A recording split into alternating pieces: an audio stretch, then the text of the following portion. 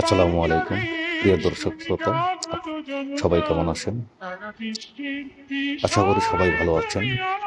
আজকে আপনারা যে ভিডিওটি দেখতে পাচ্ছেন, এটি বান্দরবানের অন্যতম জনপ্রিয় পর্যটন স্পট তমাতুঙ্গি।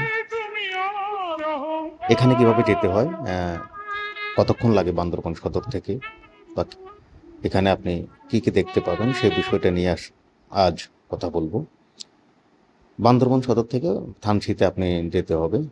আনুমানিক 70 থেকে 75 কিলোমিটার হচ্ছে বান্দরবান শহর থেকে থানচির দূরত্ব। এই থানচি থেকেই পোস্ট অফিস রোড হয়ে 4 কিলোমিটার দূর হচ্ছে এই তমাতুঙ্গি।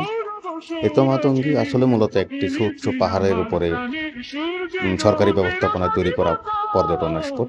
এখানে আপনি দাঁড়িয়ে চারপাশে বিভিন্ন সুউচ্চ পর্বত শ্রেণীর শৃঙ্গগুলো দেখতে পাবেন।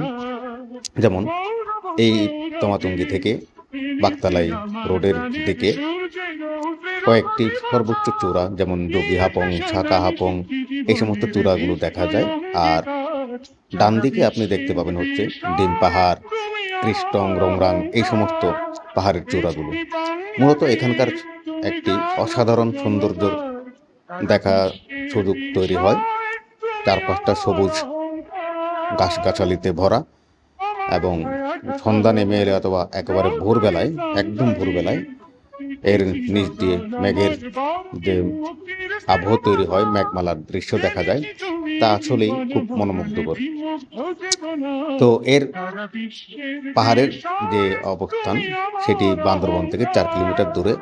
আশেপাশে তমাতুঙ্গির অপোজিটে বাগতালাই রুটে কিন্তু খুব একটা পাহাড়ি বা বাঙালি বসতি নেই, কিন্তু তমাতুঙ্গির যাওয়ার আগে নিচে একটি পাড়া রয়েছে, যেখানে কিনা অল্প সংখ্যক কিছু পর্যটক থাকতে পারেন।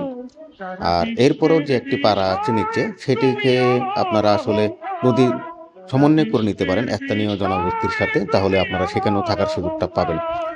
খাবার দাবার এবং থাকার মান আসলে একটু কম্প্রোমাইজ করে নিতেই হবে, কারণ কারণ হচ্ছে যে লোকালভাবে যে মানুষগুলো এখানে থাকার আয়োজন করেছেন এবং খাবার আয়োজন করে থাকেন, সেগুলো আসলে স্থানীয়ভাবেই ম্যানেজ করে করা হয়। তো ভিডিওটি দেখার জন্য সবাইকে ধন্যবাদ।